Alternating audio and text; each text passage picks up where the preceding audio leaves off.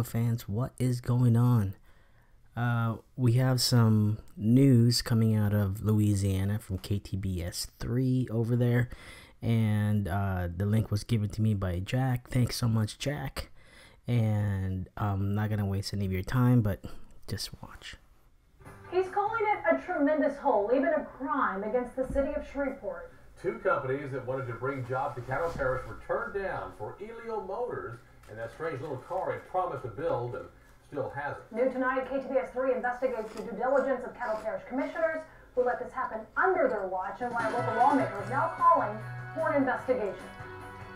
State Representative Cedric Glover, who was Shreveport's mayor when General Motors left town, is asking Louisiana's legislature to use a powerful tool it hasn't utilized in decades: subpoenas to testify before a legislative committee. All it takes is the agreement and the support of both Chairman Carmody and the Speaker of the House to give us the authority to do that. On May 9th, Glover wants to question, under oath, the deal makers who let the chronically delayed Elio Motors into Shreveport's former GM plant, including former Louisiana Director of Economic Development Stephen Moret, two members of Racer Trust, the government program created to find new uses for old GM plants after filing bankruptcy, and billionaire investor Stuart Lichter, who got the plant. For the folks at Racer Trust to say to the people of this community that the best that we can do is Elio, and to also see the opportunities that have been lost and that are still being lost. That to me is a crime against all the folks of this community who are looking to those of us who have accepted these responsibilities to look out for their interests. The poisonous vine, as Glover puts it, began in 2013 when Racer's bankruptcy trustee decided Lichter was the right person to turn the plant around. But what few in Cattle Parish knew is that Lichter already had a troubled past with other properties he owned, including this former NASA facility outside Los Angeles that was redeveloped into a movie studio. In 2009, 34 people filed workers' compensation claims and one sued, claiming it was toxic and made them sick. It's now permanently closed.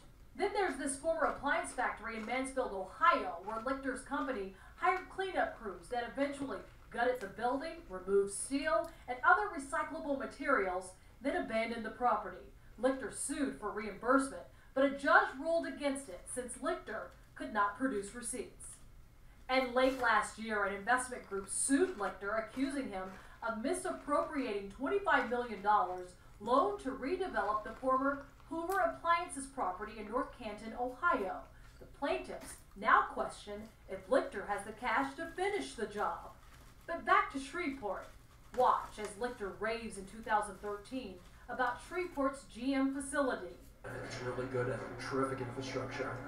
This essentially was General Motors' most modern car plant. It's fully equipped, and the amount of money it saves in startup costs is something like $500 million of equipment sitting in this plant. So, and you just turn it on. Then there's Cattle Parish commissioners tasked to protect the parish's investment. In this 2013 news conference, Parish Administrator Woody Wilson and Commissioner Ken Epperson promised due diligence. There's now number one priority, as President Epperson said, to get this property back into the economic commerce, because we don't want it to be a dormant facility, not being utilized for business of our parish.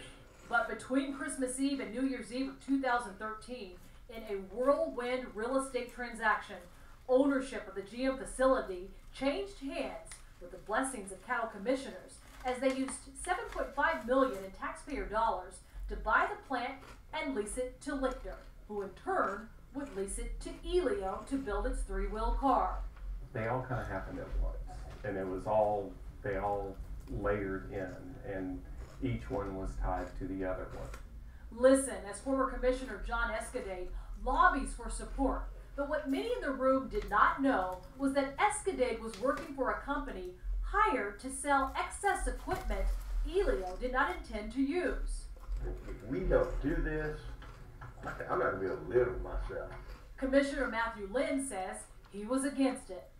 There were 3 commissioners that voted against giving away their authority to read this contract. And the 3 commissioners that voted against it were Lyndon Johnson, Stephanie Lynch, and myself. Lynn says the lease, which she describes as cloaked in secrecy, gives tax breaks to Elio Motors and Lichter's Industrial Realty Group, which also does business under the name Shreveport Business Park.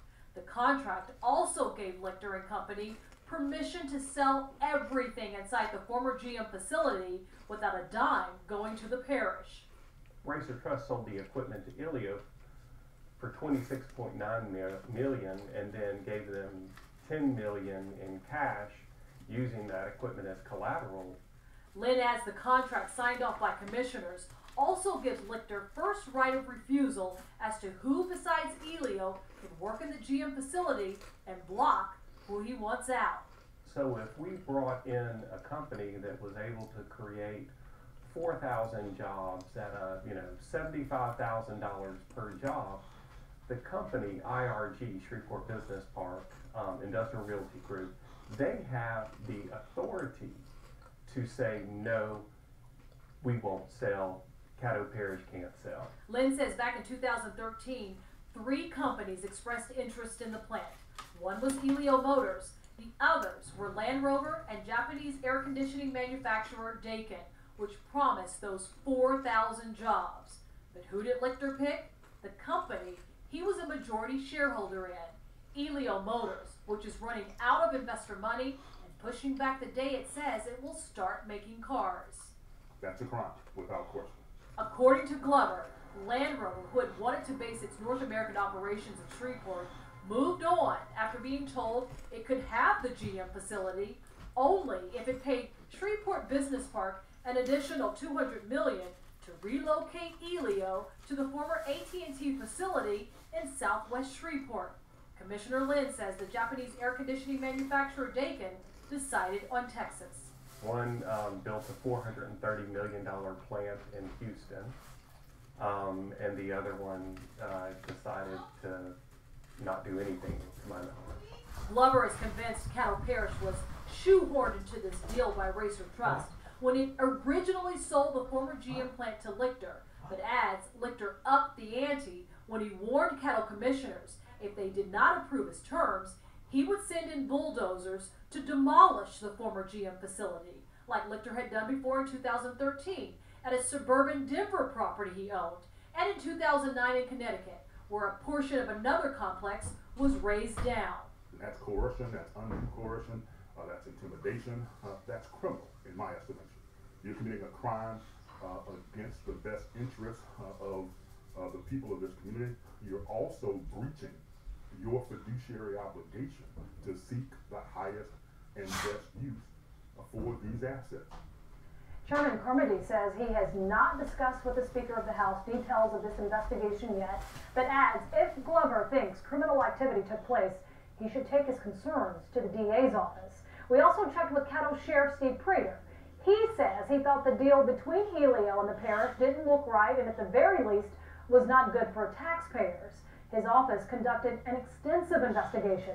He presented the case to the Caddo DA at the time, who agreed it wasn't good business that did not rise to the level of a crime.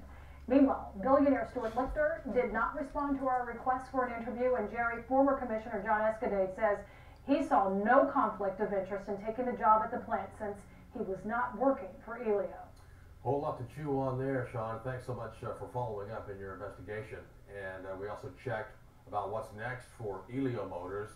Still no timetable for when it'll begin production of its vehicles in Shreveport, but the company's facing new problems. On May 8th, representatives from the company will testify before Louisiana's Department of Motor Vehicles for potential violations for selling car reservations without a license to do so in the state. Wow, what do you guys think about that? So, man, it's just listening to all that stuff. It's this Stuart Lichter guy, man, seems very shady. He looks like a shady guy, but damn. So I still hope that Paul Elio get this project going, and either he got mixed up with the wrong people or what have you, but Holy cow. That's just kind of crazy. But, things are starting to unravel. So we'll be getting some more news, either bad or good, shortly, because, this has to stop somewhere. So anyways, guys, hope you're having a great week. I am having a great week so far. We'll talk to you guys later. Don't forget to share, like, and subscribe, guys. Bye.